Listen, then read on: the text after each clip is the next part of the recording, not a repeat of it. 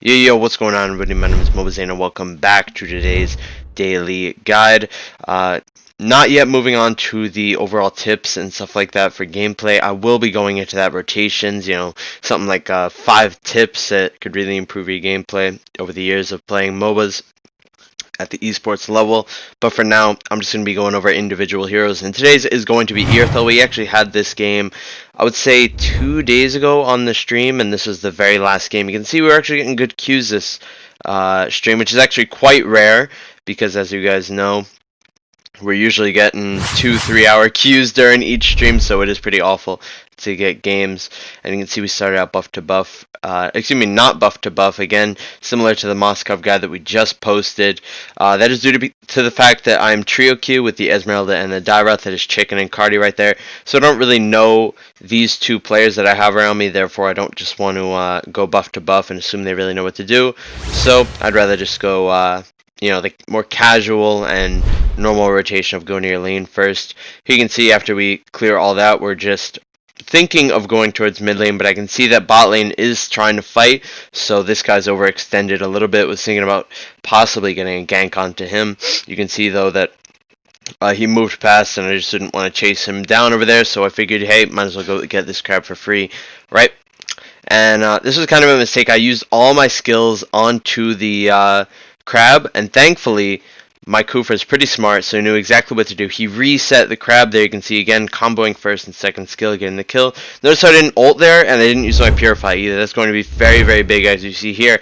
They're doing the crab. They have no retry, but look at me. I basically have a retry with that, and now they can really do nothing. You can see this China is in a horrible situation, misses her skill. I still have my ulti again, first and second skill, perfectly comboed. Just basically a retribution spell on Irithel, and honestly, I'm having a lot of fun with her right now. You can see that due to me being, on Irithel, I can just walk away and basic attack that.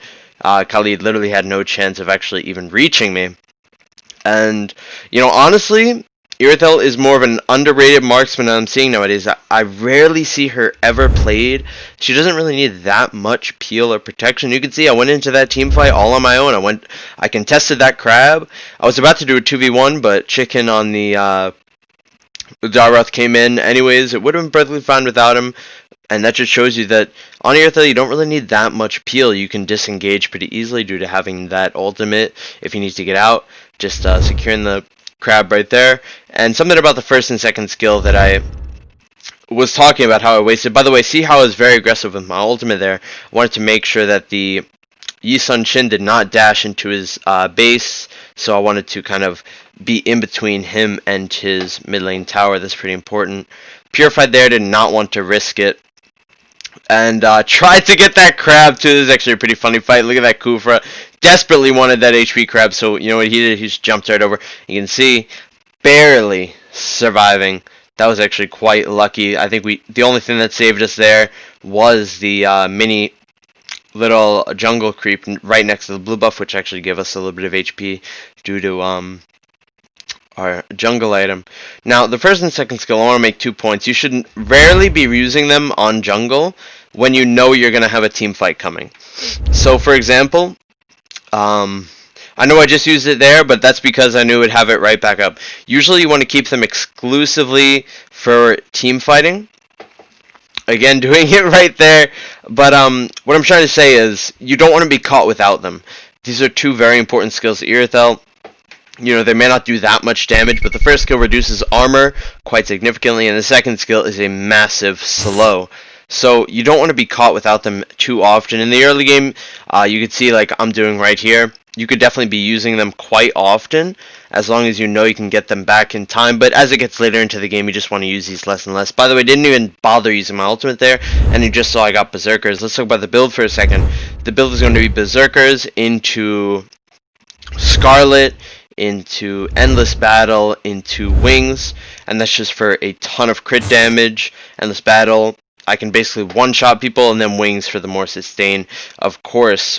And for the emblems, we're going Bounty Hunter this game, and the only reason we're going Bounty Hunter is for the movement speed. Since Irithel is obviously always on her feet, always moving around, it's kind of important to have that extra movement speed. And usually, I like to use Electro Flash on Irithel, but I decided against it. I wanted to just do a quick test.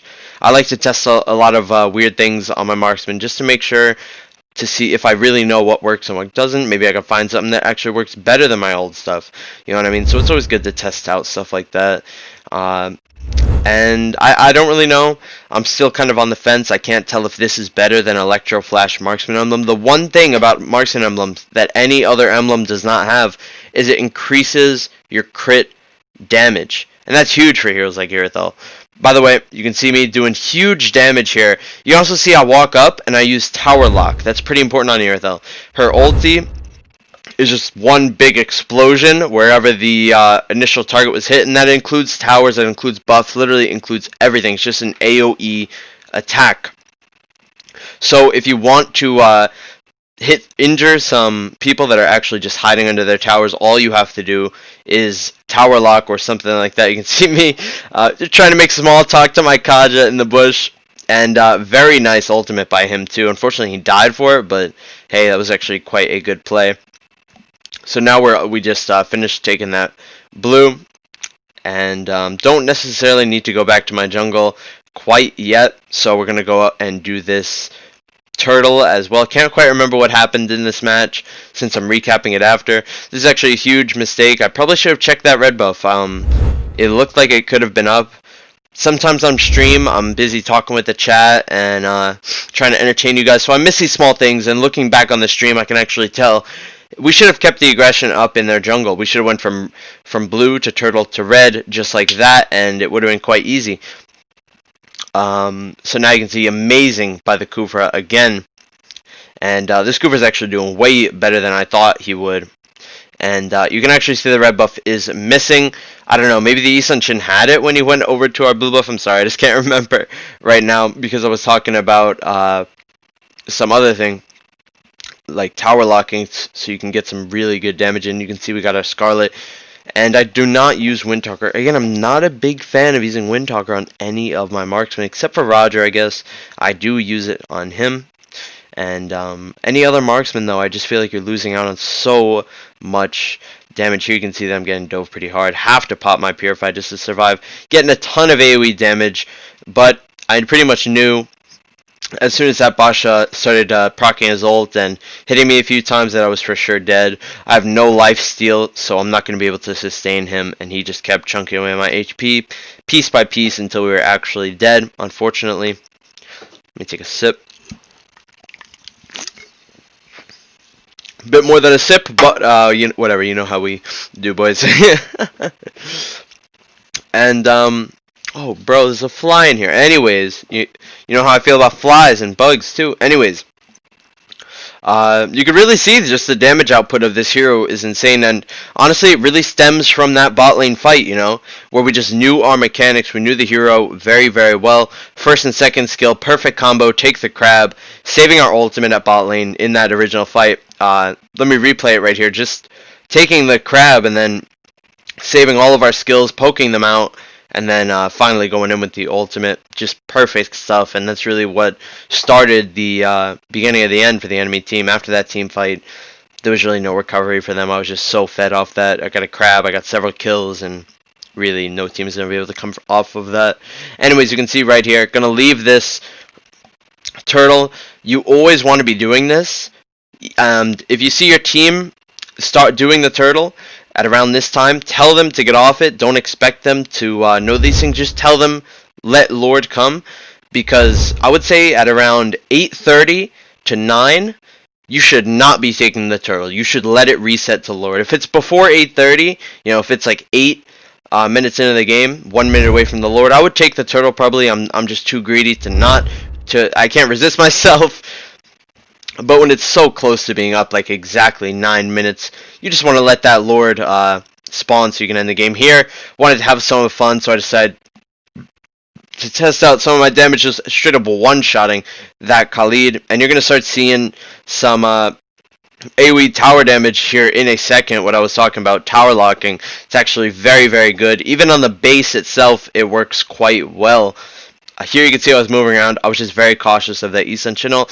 Again, hitting the tower and hitting the Chang'e and the Isan Shin, forcing those two back to back off one basic attack, and we got the tower and we got a kill.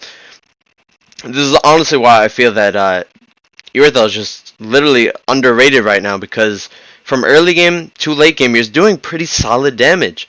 Again, I keep referring to that fight because it was such an obvious, like, we had so much more abilities than them. We could take the crab with our first and second skill, pretty much a fake retribution that we didn't even need, because of course we still have Purify. And yeah, I wouldn't even use Retribution on any of these heroes, by the way. I would stick with Flicker or Purify for the Irithel. Mostly Purify because, like I said, you do have that ultimate if you do need a dash. But you can see we've only died one time, so no big deal in surviving so far in this game.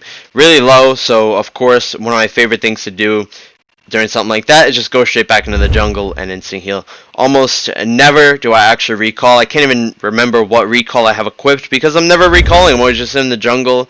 You should definitely take advantage of this because Mobile Legends, it's kind of weird. You know, this is honestly one of the only games where you can just full heal from taking a few jungle monsters, but you should definitely take advantage of that because, I mean, look at me. Now I have 2 buffs, I have full HP, and it's just, we're back in action now.